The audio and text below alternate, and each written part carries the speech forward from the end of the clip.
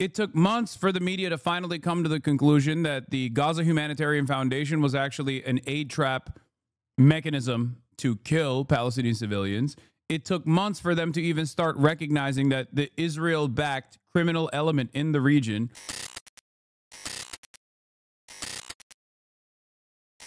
I had some words to say about this. And since then, since that statement, Hamas has brought forward more than 40 different proposals, relitigated hundreds of times for a prisoner exchange and a permanent ceasefire. Israel's refused every single one of them to continue.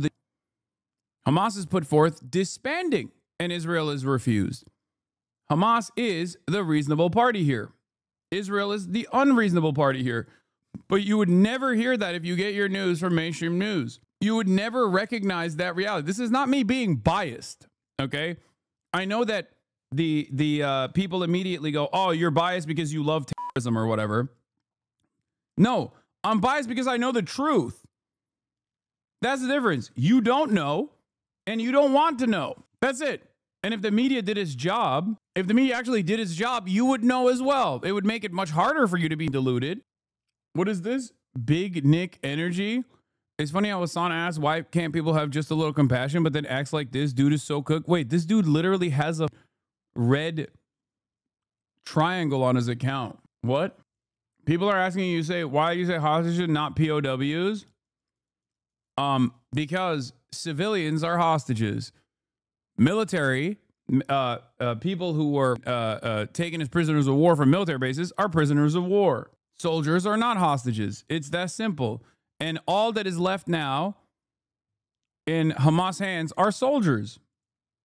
It certainly sounds like Benjamin Netanyahu is planning to expand military operations in Gaza. At a government meeting earlier, he said he plans to convene his security cabinet later this week and deliver instructions to the IDF on how to achieve his three objectives, which are to defeat Hamas, return all of the hostages, and to ensure that Gaza no longer presents a threat to Israel. Well, there's a lot of concern and criticism here of expanding military activity in Gaza. Certainly the hostage families are very against it and have long been calling for the war to end. Many do not see military activity as a way of rescuing the hostages safely, and that a deal is the only way that they will be returned home. The Hostage Families Forum has said Netanyahu is leading Israel and the hostages to doom. And senior members of the security and military community, former chiefs in the military and intelligence world, have written a letter to Donald Trump calling on the US president to compel Benjamin Netanyahu to end the war. They've said this before, and they've renewed this plea today in this letter, and they've said that they, in their experience, do not believe that Hamas presents a strategic threat to Israel anymore, that chasing senior Hamas operatives can be done later, but that there's no time to wait when it comes to bringing those hostages home. And certainly there's no time to wait when it comes to the desperate humanitarian situation in Gaza either. We're receiving more terrible reports today and really distressing picture of people dodging bullets and gunfire close to aid sites, more people killed trying to reach food, and more airdrops. Canada has now joined the airdrops of emergency food being delivered into Gaza, and Gaza health officials have reported more than 90 deaths in the last 24 hours. Nearly 30 of them apparently occurred close to aid sites. The situation is not getting any better, and it seems that very little was achieved by that visit by Steve Witkoff, Donald Trump's envoy. But it does certainly sound like the comments that we heard from the hostage families after their meeting with Steve Witkoff are being echoed today by Benjamin Netanyahu in his plan with these supposed three objectives of what he's going to do. I mean, you did blame religious Muslims or fundamentalist Muslims as guilty during that Roach debate you had before, so it can be confusing to know your views on face value compared to my consistent watching your streams, knowing the nuance. Wait, what? I have no idea what you're talking about. When I blamed religious fundamentalist Muslims on what? Am I a religious fundamentalist Muslim who is an Islamist who loves who loves the idea of like 4 wives and shit, or am I the opposite? Which one is it? Unless you're talking about ISIS. next in Gaza, but there's very little confidence that it's going to improve the humanitarian situation there, that it's only going to make it worse, and that it won't bring the hostages home. Hello. Reports from Israel say that the Prime Minister Benjamin Netanyahu wants to expand military operations in Gaza because negotiations with Hamas for a ceasefire and a hostage. It's crazy because like Israel defenders spent the last 2 weeks saying all of the starving Palestinian children were not actually starving. And then Hamas was like, no, everyone in the strip is starving, including the Israeli prisoners of war. And Israel immediately was like, nope, the only person starving in Israel, in Gaza is the Israeli. They were like, how could Hamas do this? Bro, you're doing it. What do you mean? You're doing it. I thought the starvation was fake. Now it's real? What the? Yeah. Also, senior Israeli official on Channel 12 said, it's over. The decision has been made. We're going to occupy the Gaza Strip immediately, which is, oh, wow, so surprising. Netanyahu's war goals have long contradicted each other. Now he seems to have officially chosen one over the other. After failing to get Hamas to concede, he will choose to expand the genocide, even if it means killing the hostages. Yeah, I'm so shocked, guys. The media narrative around negotiations almost always ignores the fact that Israel never abided by the 2025 ceasefire deal, including by imposing the renewed starvation policy in violation of the deal, and then unilaterally ended the ceasefire altogether. Israel resumed strikes in Gaza after 2 months ceasefire, reportedly killing hundreds and promising increased force against Hamas. Israel halts all aid to Gaza, delays negotiations for phase 2 of the ceasefire. Gaza official reports over 350 Israeli violations of the ceasefire deal. There's never been a moment where Israel's abided by the previous deals that were put in place, that were implemented. And it is a true abdication of duty from the media, or at least, like, I guess is they're you know, going along with their primary directive of like constantly defending Israel and America's interests by refusing to recognize this reality. And that refusal has led to a lot of confusion amongst people, but even then they recognize something is wrong. Like, think about it. Think about how crazy things must be for your parents who only watch like mainstream news that don't give them exactly what's going on. And they still go, yeah, this is up. What Israel's doing is up. It's that bad. Release deal are deadlocked.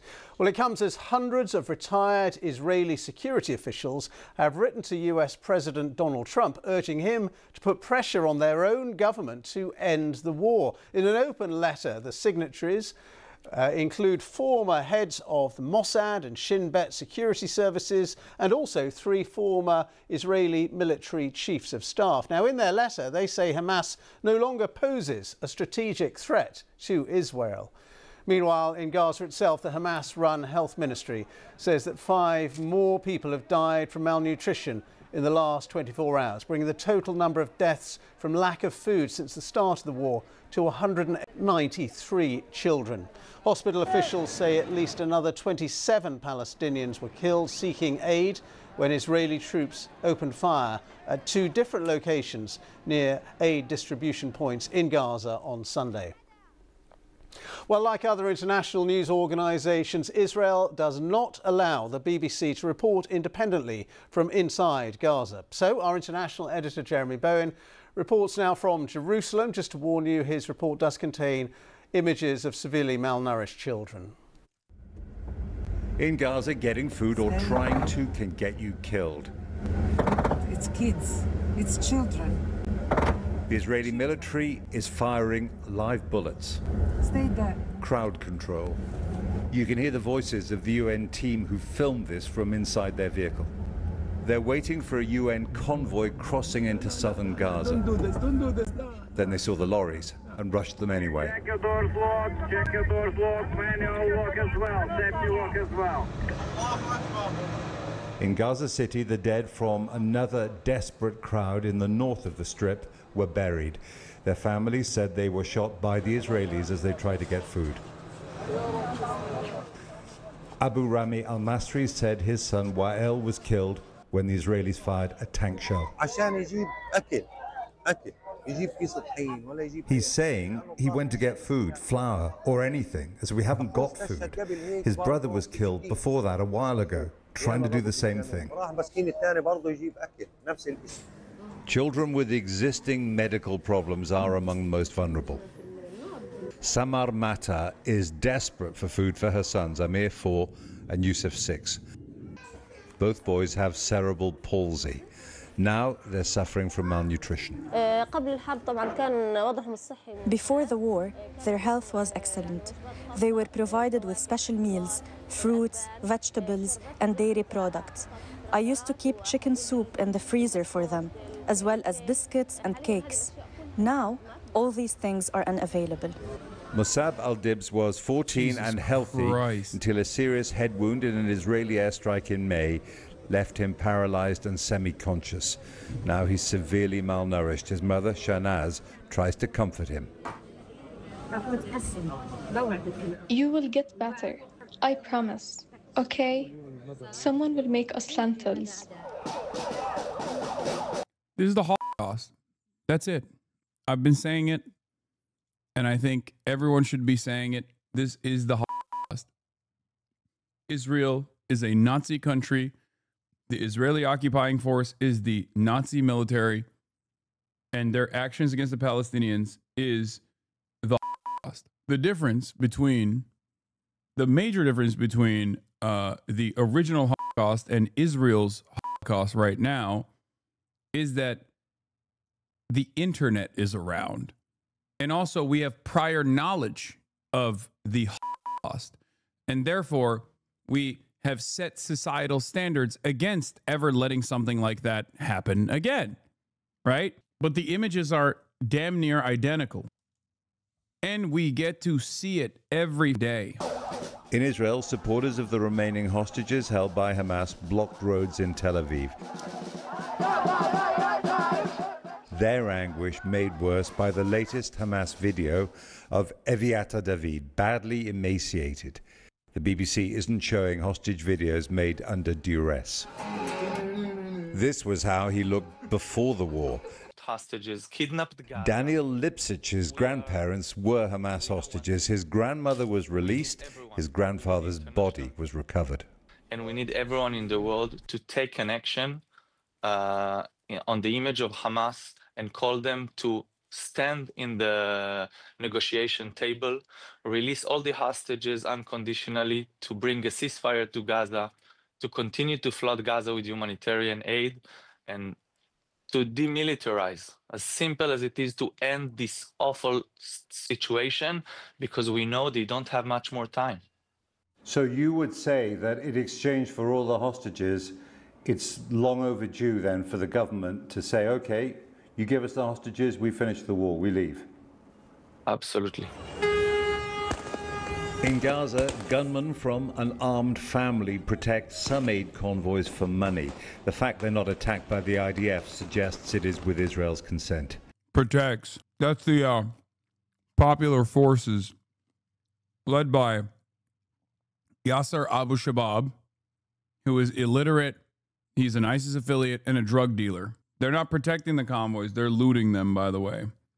They get first pick on all of the aid, which they loot. Again, another thing that I have been covering for months at this point, and now finally the mainstream outlets are getting around to it. This kind of stuff is not hard to figure out. Israel is doing it in broad daylight, and there are a ton of on-the-ground Palestinian resources you can rely on for real-time information, and that's precisely what a lot of people are doing, and that's why they're so mad at Israel. How many months has it been since I covered Yasser Abu Shabab? It took months for the media to finally come to the conclusion that the Gaza Humanitarian Foundation was actually an aid trap mechanism to kill Palestinian civilians.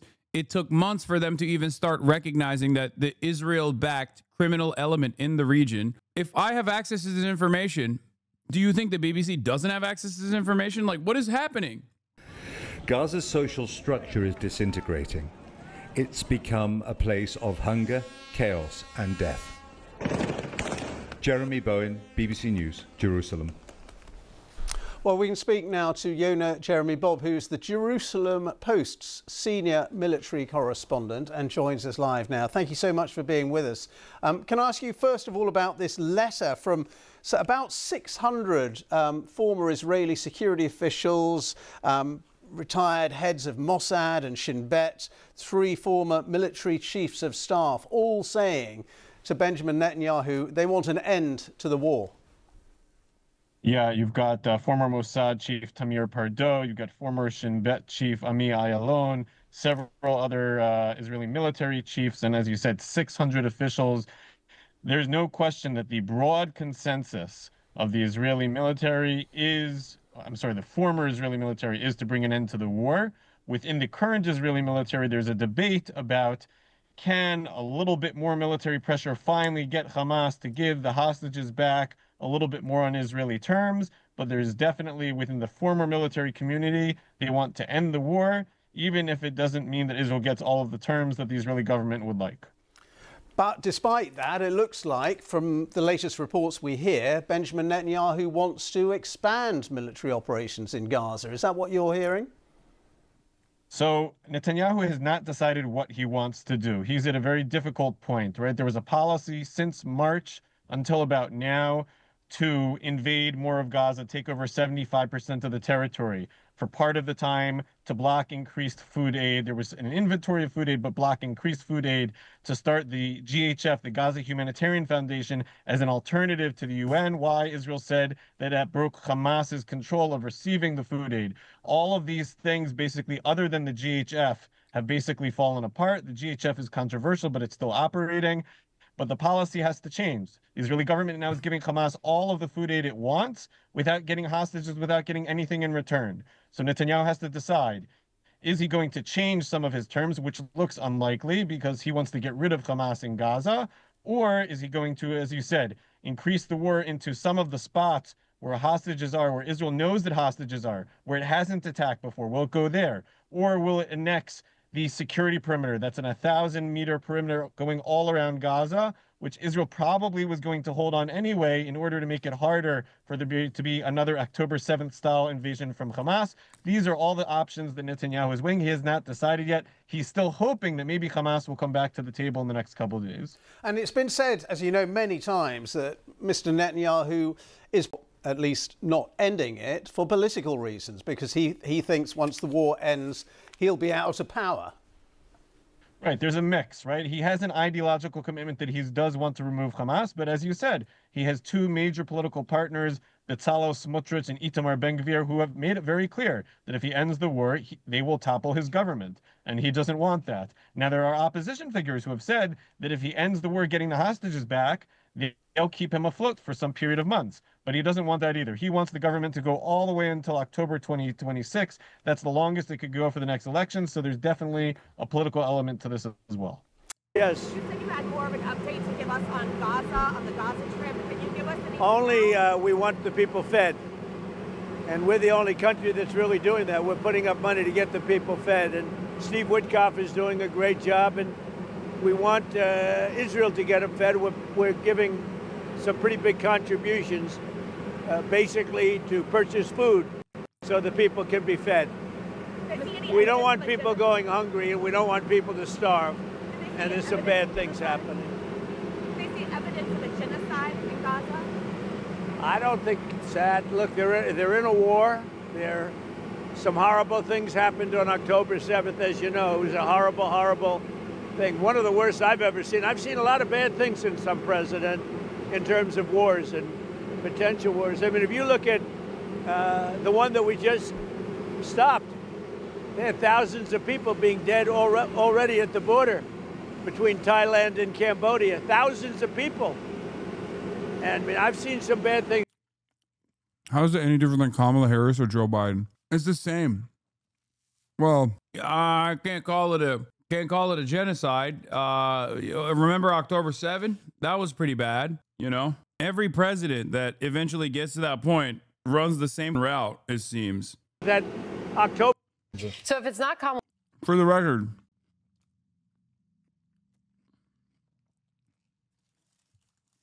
Israel has made it official. I mean, they already were doing it. They were already implementing it, but it is official.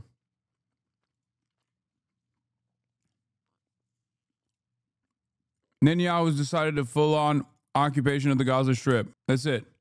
After Witkoff's short visit to Israel, it is clear that Trump and his people are falling into the same traps Netanyahu had previously set for Biden. It's not even a trap. What is the trap, dude? They're not falling into the trap. They're diving into the pool head first. There is no, oh my God, they fell for it. Why would this be a trap? America, at any point under the Biden administration and certainly under the Trump administration, could literally just pull the plug on this. That's always been the case.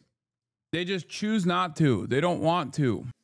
Netanyahu cares about preserving his hold on power and his alliance with Israel's messianic far-right parties, for whom any hostage deal is a deal breaker. But Netanyahu instead is saying, so to Witkoff's face, is coming up with moving goalposts in the negotiations, knowing that Hamas will reject these demands and therefore the talks will fail. Objects to what IDF is doing. What?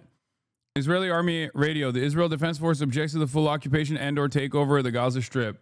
I don't know how, I don't know the veracity of this statement coming from OSINT defender. I hate this rationalizing of Netanyahu and his actions. He's just a bloodthirsty Nazi. I mean, it's not even a rationalization of Netanyahu and his actions. It's also wrong. Like, the notion that this is happening without America's go-ahead is just objectively wrong. Okay? I need you to understand. America gives Israel the go-ahead. America has all the power here to stop Israel. After all, why is there no ongoing war with Iran? Now, that might open up again later down the line, but why did Israel stop brutalizing Iran? Two reasons. One, Iran has counter ballistic capabilities that Hamas clearly doesn't have and can punish the broader Israeli society and cripple the Israeli economy actively. Much more limited version of this is what the Ansar Allah is doing in Yemen, right? But ultimately, they really wanted to do regime change in Iran. They really wanted to destabilize the Iranian government. Why did they stop? Because Trump told them to. The U.S. will... Yeah, he said the U.S. will take over the Gaza Strip on February 4th. And we will do a job with it, too. Yeah, that was crazy when he revealed that. Anyway, at least Jon Stewart is finally speaking out on this now that the permission structure has shifted. He has spoken out on this as well in the past, to be fair to John. But for months and months, he's been like noticeably absent from the conversation. Or not Jon Stewart, sorry, John Oliver. I apologize for saying Jon Stewart. John Oliver has done extensive reporting on Israel. He has throughout his career. He's been decent. But I will say that he was noticeably absent from the conversation and would focus on like a lot of other stuff, even before his break. But this is a pretty powerful moment. People are facing famine-like conditions, and a third of the population is going days without food. And there have been similar assessments from the IPC, WHO, Doctors Without Borders, and over 100 other agencies and organisations, including Amnesty International, Christian Aid, Mercy Corps, and Oxfam. And even if you distrust the UN and those organisations, I'll point out these Israeli human rights groups have come to the same conclusion, as has Israel's oldest daily newspaper, as have multiple first-hand accounts from physicians on the ground. What's happening in Gaza right now is a famine. All the information we have points to that, except for the word of this guy and a few adult junior detectives squinting at each photo of a skeletal child to figure out if they're the right kind of dying. And it's really hard not to think that the reason aid isn't getting into the people in Gaza is that Netanyahu and key people in his government don't want it to. And some have made this explicit. Back in May, his national security minister called the entrance of aid trucks into... No, I know. John Oliver has been on... John Oliver has actively criticized Israel on his show. He has. You misunderstood me.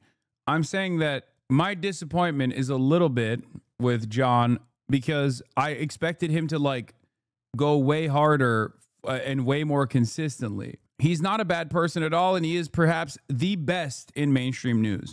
I would go so far as to say he's even better than Jon Stewart. He said this a year ago, by the way, but it was a little bit shocking to me that they never did like a full, extensive, comprehensive breakdown.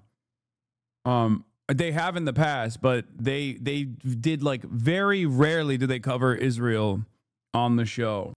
The Gaza Strip, a grave mistake that delays our victory.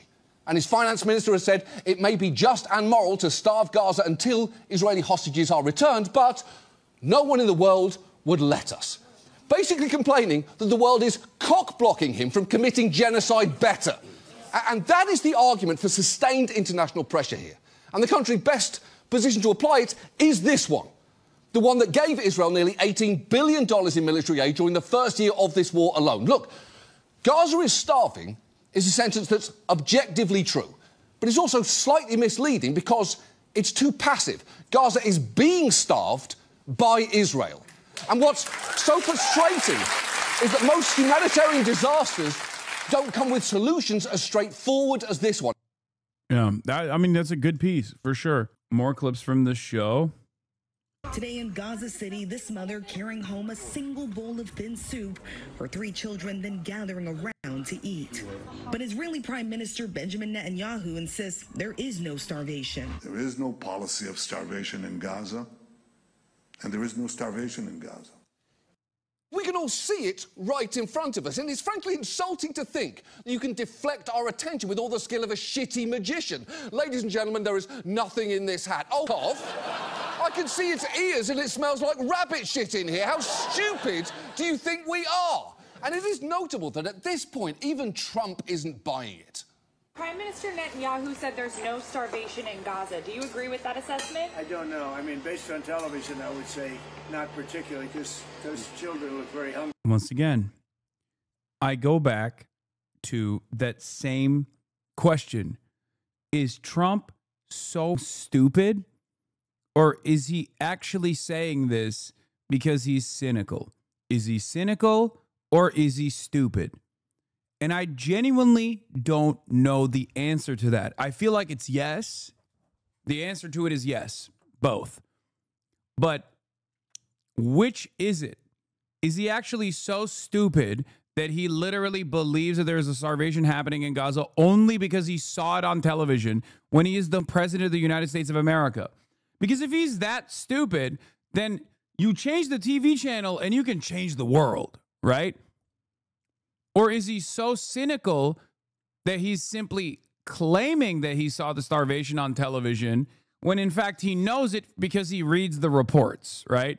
Or at least someone tells him what is mentioned in the reports. Considering that there are, like, I always have landed on the side of it's cynical. I've always landed on the side that it's cynical. He knows better. He's just like saying this because it gives him, like, it lends him some kind of blah, blah, blah. But honestly, considering how many former Fox News hosts are formative parts of the administration now, from Judge Jeanine Pirro to Pete Hegseth, who is the Secretary of Defense, to Dan Bongino, who's the Deputy Director of the FBI, maybe he's just that fucking stupid. I think he's just that stupid, where he's just like, I saw it on TV. I've been to Gaza several times. The starvation occurs due to Hamas, not because of Israel. You bunch of tools. You're so full of shit. Is sad. Nah, mate, I'm from Israel, and I've served in the military, and I've been to Gaza protecting my country. You are literally a terrorist, brother. You are straightforwardly a fucking terrorist. Following since 2022, 06/17. I hope you understand that. You are defending a Nazi state's Nazi military. You are a terrorist. And I hope that justice is served where you fly on a tourism thing. You go to a tourist destination and people actually see your passport. They look through your profile to see you served in the IDF. And they ask you some questions about what kind of war crimes you may have actually committed. And if you were stupid enough to post it on your social media, maybe you'll go to prison. Who knows? I've been to Gaza, he says. What do you mean don't get banned? I'm not saying anything. You don't know what a Nazi stands for? Debate me? I don't know what a Nazi stands for. I don't think you know what a Nazi stands for because you are one and you don't even recognize it. Brother, what do you think a Nazi is? Is Nazi ideology simply defined by hatred of Jews? Is that what you think it is? Is that what it is? Does never again mean simply never again to Jews? Never again just the Holocaust? Nothing else? When he says he's been to Gaza, he means like he's gone into Gaza as a military. Why are you calling him brother? Oh, shut up. I know what a Nazi stands for because my family has lived through the Holocaust, and no, it's not defined by hatred of Jews alone. Okay, let's walk through these steps. Okay, You know what a Nazi stands for, but you clearly don't understand how Israel is recommitting the exact same atrocities right now. And you yourself have played a role in these atrocities. Okay? Zionism is a fascist ideology. It is an ethno-supremacist, is an ethno-religious supremacist ideology. What the Nazis thought of the Aryan race or the Übermensch, Israel thinks of for the Jews. And it is, just like the Nazi ideology, exterminationist in its policies against Palestinians and Arabs and non-Jews alike. He's trolling you? What do you mean? Nazi stands for National Socialism. This means, in a nutshell, being a socialist that loves his country and stands behind its state. Wait, what? Okay, I think we got to go back even a little bit further, because you clearly don't even know what the historic Nazi ideology stands for. I don't think this person is a troll. I think this person is literally just an Israeli chatter. Nazi just stands for socialism. Nazi does not stand for National Socialism. Democratic People's Republic of Korea stands for the Democratic People's Republic. Is there a democratic process in Korea? Who gives up what certain terms are used? What are you talking about? What a stupid argument, dude. Also, yeah, ironically, Israel was originally founded as a national socialist state under Ben Gurion, so there's that too. Yeah. The other day, I met a guy named Jesus. He's literally the prophet. Explain the boys what National Socialism is. I already did. National Socialism is just simply a name for the Nazi Party. When we talk about that, it's just marketing, okay? It's just whatever the Nazis call themselves. Who gives a shit what they call themselves? They didn't do socialism. They did nationalism. They did ultra-nationalism. That's what fascism is. The extermination of an outgroup. For the Nazis, it was the Jews. It was the disabled. It was the Roma population. It was the Slavs. The thing I will never understand is how, like, obviously Holocaust education is such an important part of I assume, Israeli schooling as well as it is in the Western world. And yet, what is so shocking to me always is like how much Israelis just don't see the same Lebensraum propaganda being implemented in Israel, because the greater Israeli project is the exact same shit that the Nazis were doing, down to the ethno-supremacist mythology, down to the exterminationist principles, and even like additional living room created for the chosen people is the identical rhetoric that the Nazis applied. The dehumanization of the Arabs, of the Palestinians, of the non-Jews in the region is identical to the dehumanization that the Nazis implemented against the Jews initially, and the socialists and the political dissidents. I don't care for Israeli schools. They are as R-worded as other schools. Have you watched Yuri Bezmenov? You just said it's a name, marketing in it. Okay, dude. What are you British Israeli? Is that what it is? In it. Excuses on the right, and it's obvious. He's just not delivering his main points well enough. Makes him look weak to simple-minded people, the ones who'd be easy to get on Hustlers University because their focus is on the wrong shit. 7/20/2022. I don't mind you calling me a Nazi because de facto it's not wrong, but that's just a word in it. Wait, what? I didn't even read. What the? I'm a Russian Israeli. Oh my God. Pick a struggle, chatter. Bro, this dude literally said, I don't mind you calling me a Nazi because de facto it's not wrong, but that's just a word in it. Hey, at least you're honest. At least you're honest, big dog. Hey, good luck traveling around the world without additional scrutiny. You might go to jail, you know, since you're openly talking about how you served in the IDF and how you don't mind being called a Nazi. There's a couple countries that you probably are going to have a hard time going into. It's not much, but it's something. Considering how willing you are to describe your worldview like this, I suspect you got posts on your Instagram that might be used against you as evidence. Yeah, traveling is not easy, but it is what it is. I stand behind the truth. The truth is Gaza suffers because of Hamas, not because of the IDF. We do add to their suffering, sure, but we're not the source. Dog, you are literally the source. The IDF is literally participating in the starvation and the direct murder of Palestinian children. Okay?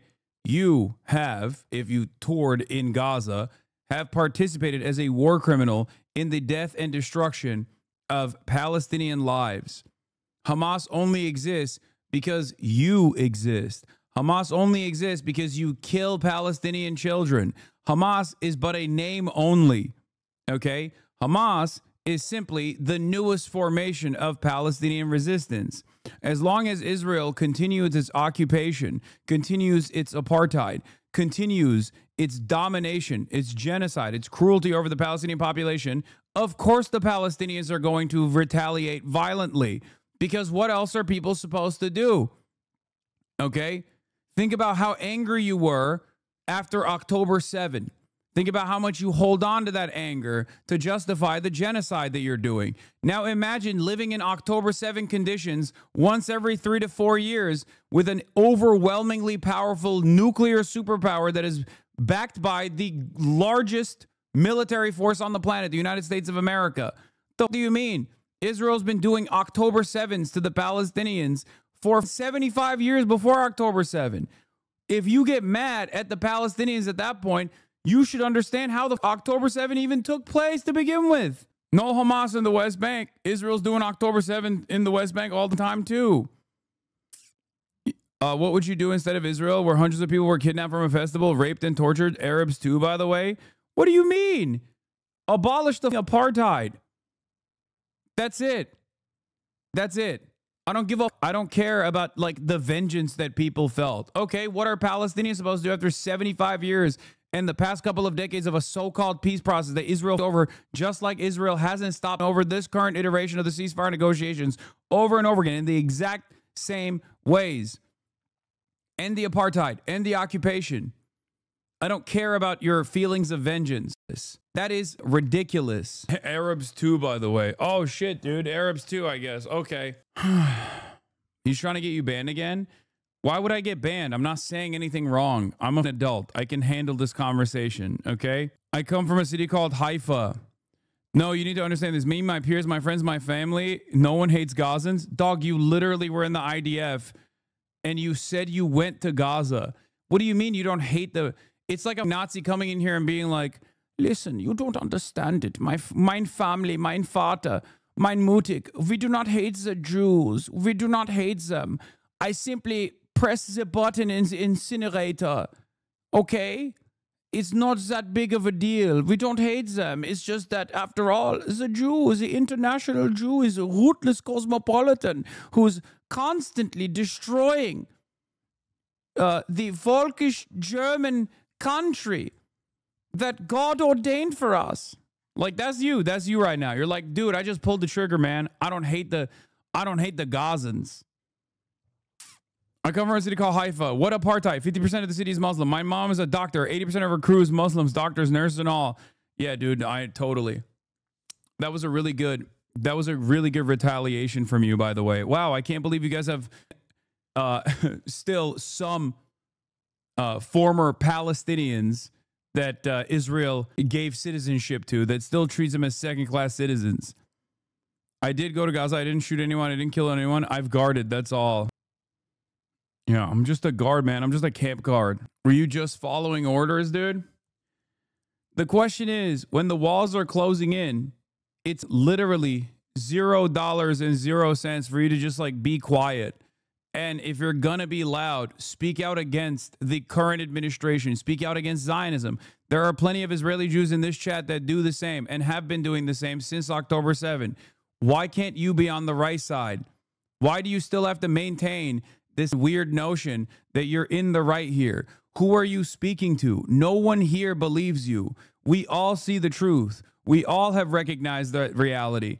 And the reality is, the Western world and the Western populations were the only groups on the planet that were duped by this kind of messaging for the longest time, and it's over.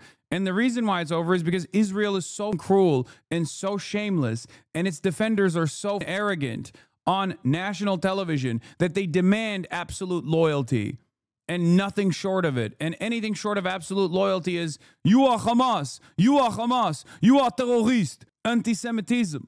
So it's done.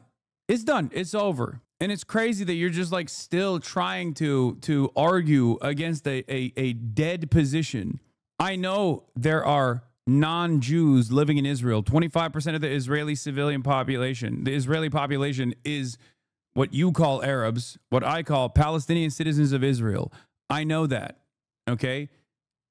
Israel likes to use them as a talking point over and over again, but they are still relegated to second-class citizenship. And it doesn't matter, because even if they had the exact same, no complications, exact same liberties that the Jewish citizens of Israel do, which they don't, okay, Israel's legal occupation in the West Bank and an apartheid structure in the West Bank, that it has slowly but surely destroyed all semblance of two-state talks over, with 750,000 Jewish settlers now living in both occupied East Jerusalem and occupied West Bank.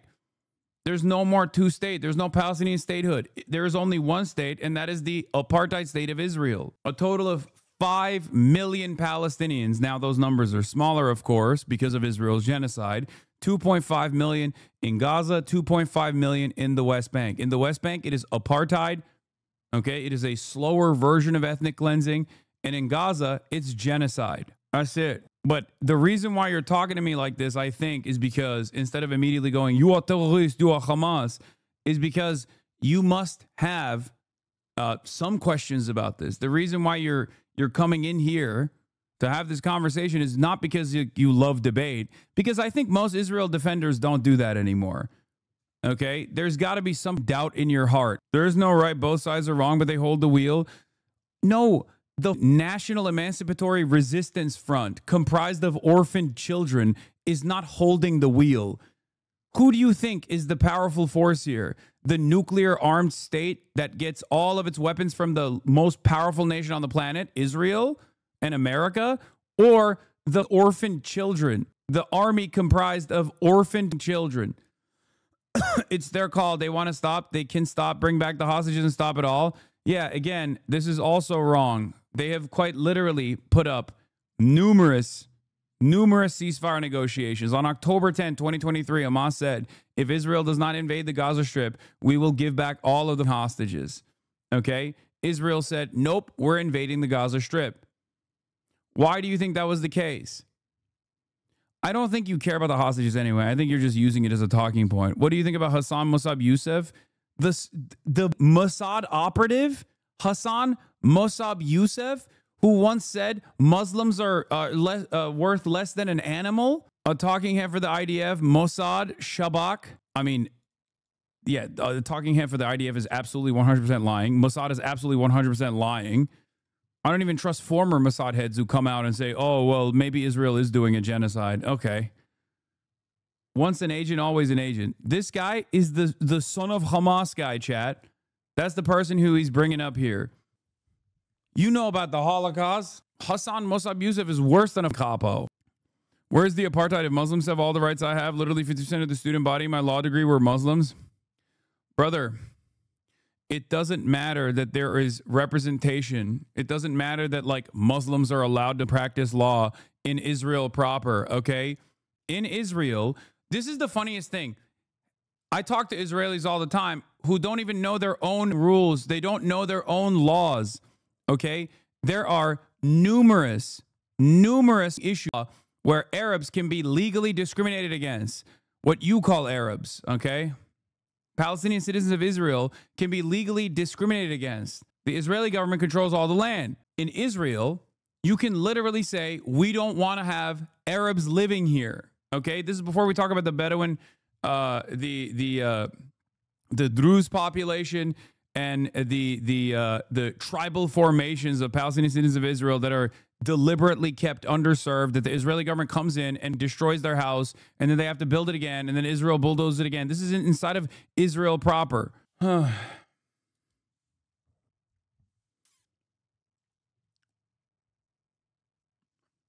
Palestinian citizens of Israel, when Iran was striking back against Israel, Palestinian citizens of Israel would be denied entry into bomb shelters. You act as though there's no racism against Palestinian citizens of Israel in Israeli society. It's so stupid. Yeah, 5 million Palestinians, no, more than 5 million, 15 million Palestinians can't even set foot into Israel, their homeland. Yeah, no interfaith mixing. Yeah, you can't even get interfaith married. And this guy's like, no, you don't understand. Even Israeli Jews can only downgrade in their status. If an Israeli Jew in Israel proper falls in love with a Palestinian living in the West Bank, that Palestinian in the West Bank can't come into Israel. And you're over here being like, there's not an apartheid. Meanwhile, your bitch ass and your family came from Russia to Israel. How is that appropriate? The Palestinian has been living there for generations. Your ass came from Russia. And you're like, there's no apartheid. How is this anything but Nazi ideology? It's just pure fascism. Plain and simple. It's just Jewish supremacist attitude. He's like, no apartheid, dude. No apartheid. Can't get interfaith married, but no apartheid. Another question, do you think Israel shouldn't exist? Oh, dude, easiest question of all time. Israel is built on the principles of Zionism, okay? Which is, as I repeated, a Nazi ideology. Asking me if Israel should exist is like asking, should Nazi Germany exist? Should apartheid South Africa exist? No, the answer is no. No state has a right to exist to begin with, okay? We're going to talk about that. People have a right to exist. This doesn't mean I'm in favor of like mass deporting all Jews that currently live in Israel. I'm not saying that at all. I don't believe that that is just. I think that that would be very immoral and cruel, okay? But of course, no ethno-state has a right to exist. What the are we talking about? The problem is Israel does not entertain the notion of equal rights and equal representation for Palestinians, okay? Because whenever I bring that up, you and other people immediately turn around and say, whoa, whoa, whoa, whoa, you just want the Holocaust to happen to us, the Jews. It's ridiculous. What did Palestinians name Muslims contributed to the modern world? I don't know. Math. Medicine. Are you so stupid and Islamophobic? I guess you are right. They are. Yeah, Israeli schools are as R-worded as other schools. If you don't know about the golden age of Islam. What the? Yeah, madrasas, also known as universities. Preservation of a lot of scientific literature. Is that good enough? Do you think people shouldn't be ethnically cleansed? Just unconditionally? Can you say that? Why is Tel Aviv the Mecca of LGBTQ essentially? Modern world, aka 21st, Hasan? What do you mean? You think the golden age of Islam did not have any contributions? Like the number 0. Also, the Mecca of LGBTQ does not mean that you get to ethnically cleanse the Palestinians in Gaza. That's number 1. And number 2, Lebanon is right there, dumbass. What do you mean? There's not a single straight Lebanese person on the planet, okay?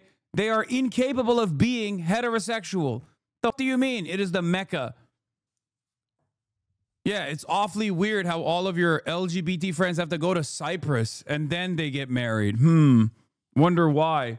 LGBTQ Mecca. Like, I don't, like, yeah, give a shit. I don't give a. You're hitting all the Hasbara lines. You're getting increasingly more defensive. None of this will work here.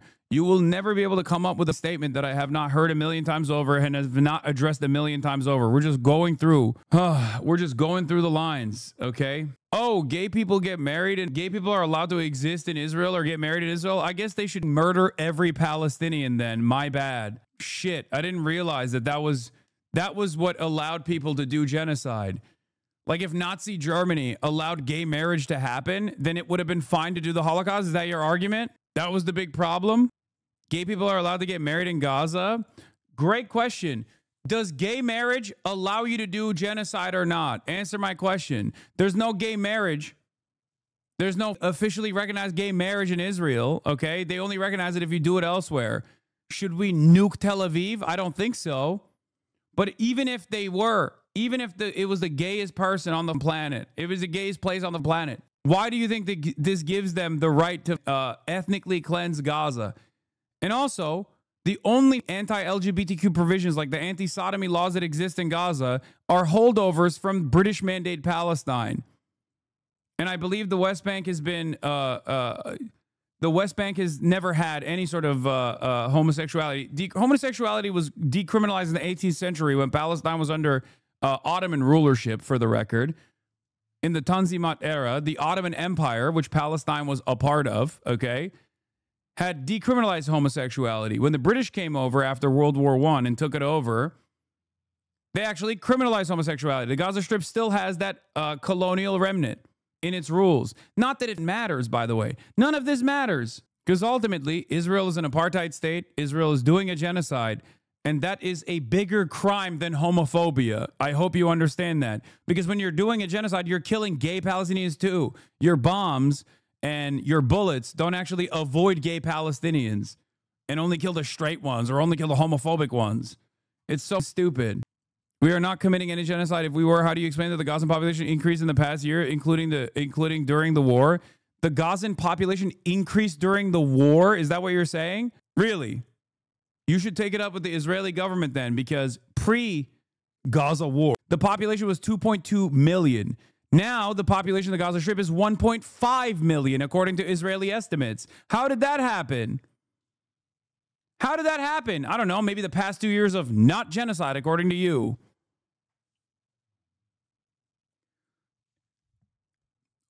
I hope one day you will realize that you are just verbatim doing neo-Nazi Holocaust denial in real time. And the major difference is this time we can see the Holocaust with our own two eyes. It's not just like genocide is the crime above all crimes, okay? To begin with.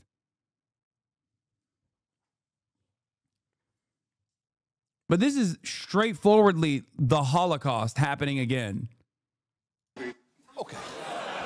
Describing starving children as looking very hungry is a massive understatement, right up there with "we were just friends." But while that was a rare moment of Trump expressing something resembling empathy, he still managed to make everything about himself, despite something a little distracting happening just off camera. And see if your ears notice it.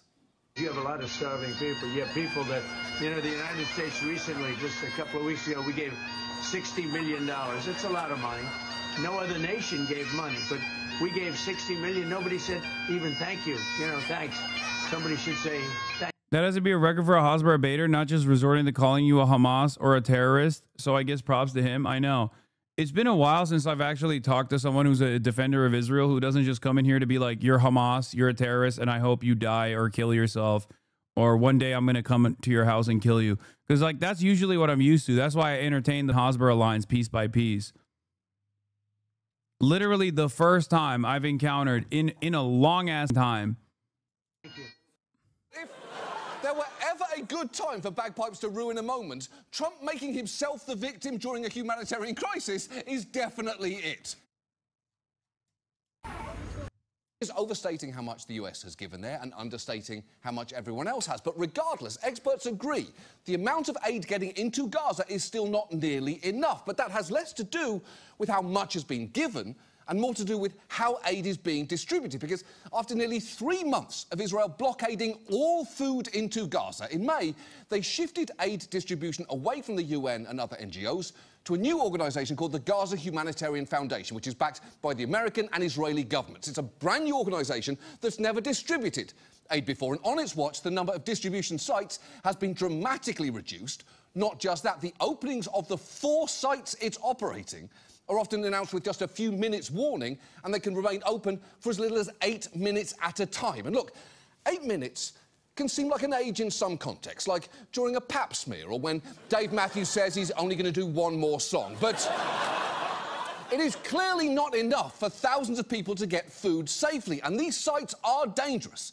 The AP's reported more than 1,000 Palestinians have been killed by Israeli fire while seeking aid since May, most of them near those sites. And while Israel's recently made a big show of coordinating airdrops with foreign governments, that's far less effective than you might think. Experts absolute last resort because they're very expensive, often ineffective and not sustainable. And journalists who've tagged along on those drops have seen that borne out. What you see here are about 20 pallets of aid. That's roughly the equivalent to 1 truck entering Gaza. It certainly looks good, everything matters, but it's not nearly enough. The World Food Programme says that they need at least 600 trucks entering Gaza by road every single day if they're going to make any dent in this crisis. The pallets of aid were parachuted down to the scorched earth below, but this can also be hazardous. Here you see Palestinians chasing the airdrops into the sea, only to retrieve soggy packets of food. Yeah. Airdropping aid in Gaza is a great way to deliver food as long as you want it to arrive both not enough and in the ocean. And it's not just ineffective as a food delivery system, it's dangerous and demeaning.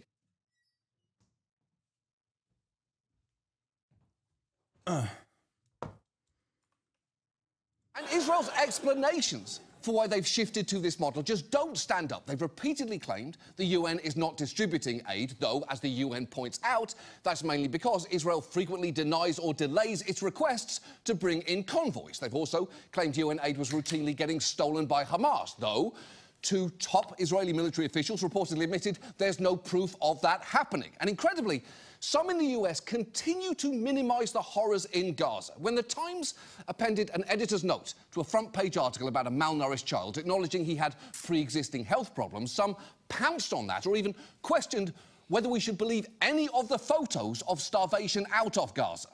You've got the New York Times that does a photo of this poor Palestinian kid who is all skin and bones, and they're basically assigning the responsibility to starvation in Palestine.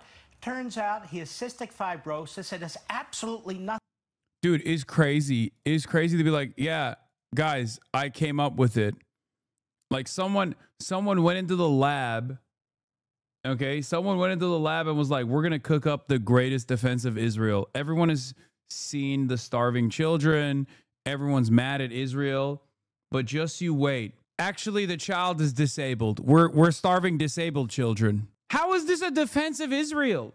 You have to be out of your mind. Like you went back to the lab and this is the best you cooked up. The situation is worse. We're not just starving children without disabilities. We're starving children with disabilities as well. Oh, shit, dude.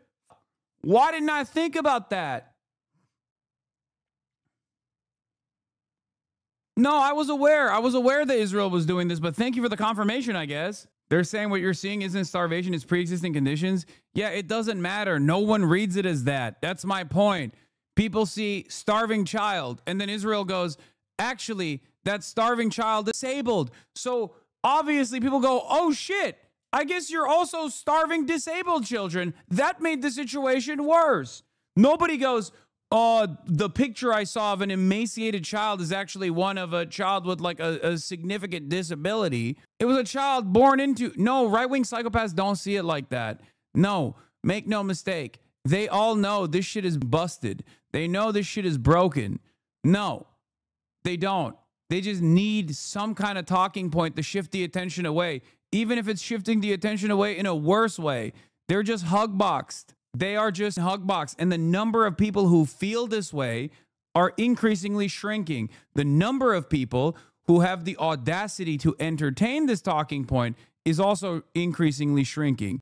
Nothing to do with the Israelis. Another one showed a very emaciated child, but it was because he had a disease. He was standing next to a mother who, by any standards, let's just say she was very well fed. So somebody was eating. It may not have been the child. Well, I'm always reluctant to put too much stock in the images coming out of Gaza, that phrase, because they're manipulated and they're masters of propaganda and they're fine. Yeah, that's what Hamas, masters of propaganda. They control the media. Hamas controls the media. They have their tentacles. They're the puppet masters controlling the media. Bro, the one thing that Israel hasn't done in terms of like anti-Semitic tropes is basically like the greedy merchant. That's the only thing I haven't seen. Like, just like a photo of Yahya Sinwar as like the greedy merchant or something. You know what I mean? Like, that's it. Outside of that, they've done everything. They're rats, they're vermin, they have their tentacles and everything. They control the media. They've done all of the Nazi tropes against Jews, but this time against Hamas. They do it with the sales in Gaza market. I guess that's right. Yeah, that's true. They say that Hamas is stealing the aid and then reselling it at inflation. How are libs this delusional, man? Oh my God, the Stacey account is so annoying. I think that Kamala would have been better on Israel-Palestine than Trump is. This decision by Trump does nothing to help or hurt Palestinians. They need food, water, and shelter, and Israel's going to have to be forced to comply. The only way to do it is with an arms embargo and cut funding to the Israeli government. Kamala would never do that. I think the only way is by sending American troops directly to deliver aid and enforce a demilitarized zone, and I think Kamala would be considering that at this point. You are fantasizing. This is pure fantasy. Kamala Harris, who would do that, would at least as a private citizen say something about Israel's genocide. It's been 7 months now. Yeah, she'd be considering that. I love liberals. Okay, you want to know why I love liberals? Because even in their fantasies, they can't say Kamala would take action. They still say Kamala would be considering that. Even in a liberal fantasy, they still can't get themselves to say that a Democrat would ever take action. They would just be considering it. You made up the hypothetical. You might as well say Kamala would nuke Tel Aviv at that point. Like, why are you still going, she would consider it? It's just made up. The probability of that happening is the probability of Kamala Harris saying we're going to nuke Tel Aviv, okay? It's just as insane. You're out of your mind. But it's so funny that even within the fantasy, it's like, well, Kamala would be thinking about how to implement the best course of action, and she would be tirelessly thinking about how to do potentially a ceasefire. You misspelled Iran. Yeah, it's true. I hate that well-fed mother shit so much. Adults have more resiliency to starvation than goddamn growing children. That's just a well-known fact. What the fuck are we talking about? You have actual parents and grandparents opining on Palestinian children like they're not just human children. Half of these have their custody rights, should have their custody rights taken away. Holy shit. Oh, 100%. Having their own children starve, just as long as they can put them on camera and show them off to the world. Oh, that's shit. For what it's worth, first, a child can have a pre-existing condition and be starving. Sick children, and this is true, also need food to live. Second, bad Santa. I don't think you can disprove mass starvation in an area with I saw a picture of one sturdy mom. Third, I kind of hoped we were done with Megyn Kelly as a society and Israel's explanations for why they've shifted. World Food Programme has said of Gaza nearly 500,000 people are facing famine-like conditions, including Amnesty International. We've seen this part. On the mistake that delays our victory. And his finance minister has said...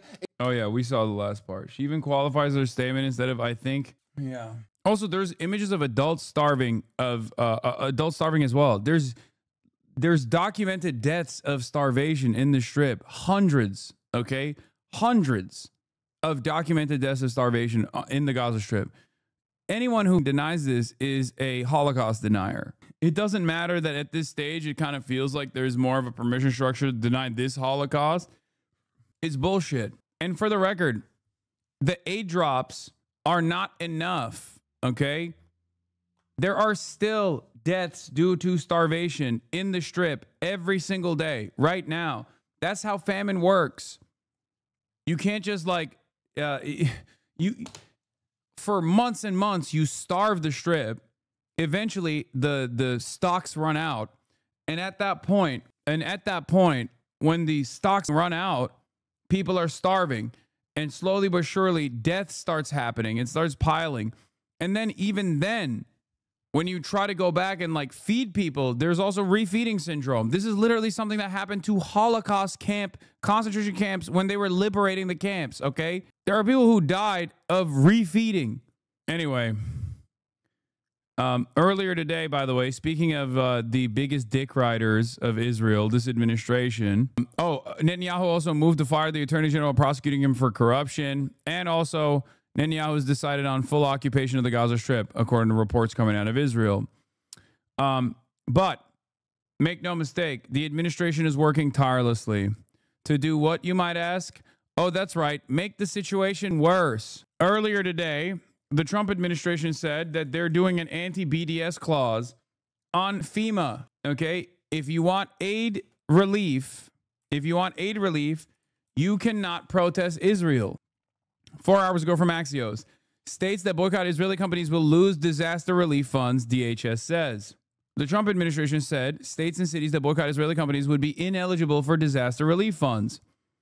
President Trump is, by the way, this already exists in the state of Texas, just so you know. The woke America First red state of Texas. In the woke America First free speech defending red state of Texas, you have to sign a loyalty pledge if you want to work in the public school system, for example. You have to sign a loyalty pledge, not to America, but to the state of Israel. Okay? Also, in the big, beautiful, bold America First red state of Texas, towns and localities that want to reappropriate funds back to themselves as opposed to sending them to Israel have been threatened by Governor Greg Abbott with shutting off the money faucet from the actual state government.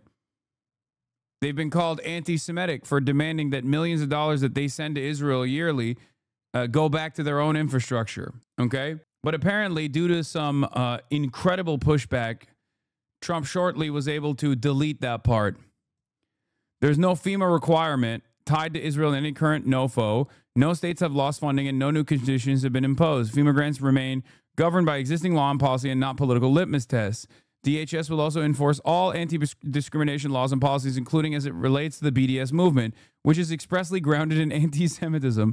Those who engage in racial discrimination should not receive a single dollar of federal funding. This morning, the DHS document required states not to boycott Israel to be eligible for funding. The DHS actually put out a document this morning. As of about 10 minutes ago, the document was updated to remove this exact language after the outcry. Here it is. The Trump admin removed the language requiring states not allow the boycotting of Israel to be eligible for disaster funds. Here is the original anti-discrimination. Refusing the deal, cutting commercial relations, or otherwise limiting commercial relations specifically with Israeli companies or with companies doing business in or with Israel, or authorized by, licensed by, or organized under the laws of Israel to do business. Now they deleted that. But they actually didn't delete it, for the record. Make no mistake. They're still going to do it. And Sagar is right. Okay, after speaking with folks here, here's what's going on. An original guidance from DHS explicitly stated that federal disaster funding was barred from states that allowed boycott of Israel. The White House changed this explicit language after widespread outcry, but the DHS tweet makes it clear the admin reserves the right to deny these funds on BDS grounds based on the Anti-Boycott Act. TLDR, they still might do it. They're just not saying it out loud now. We're going to get burned to a crisp in the LA wildfires because I refuse to eat boo-boo-ass Sabra hummus. Yeah, you have to. You have to eat Sabra hummus. If you want FEMA to give you disaster relief funds, you have to eat Sabra hummus. You have to say Sabra hummus is the best kind of hummus. What a ridiculous country we live in, dude. America first, by the way. Anyway, Omar Jimenez talked to Representative Alkin-Kloss, or whatever however you say his last name. I don't know. That former military guy. Okay, he loves putting the Marine Corps behind him every time he does these interviews. On whether the United States should join Canada, the UK, and France in expected plans to recognize Palestinian statement.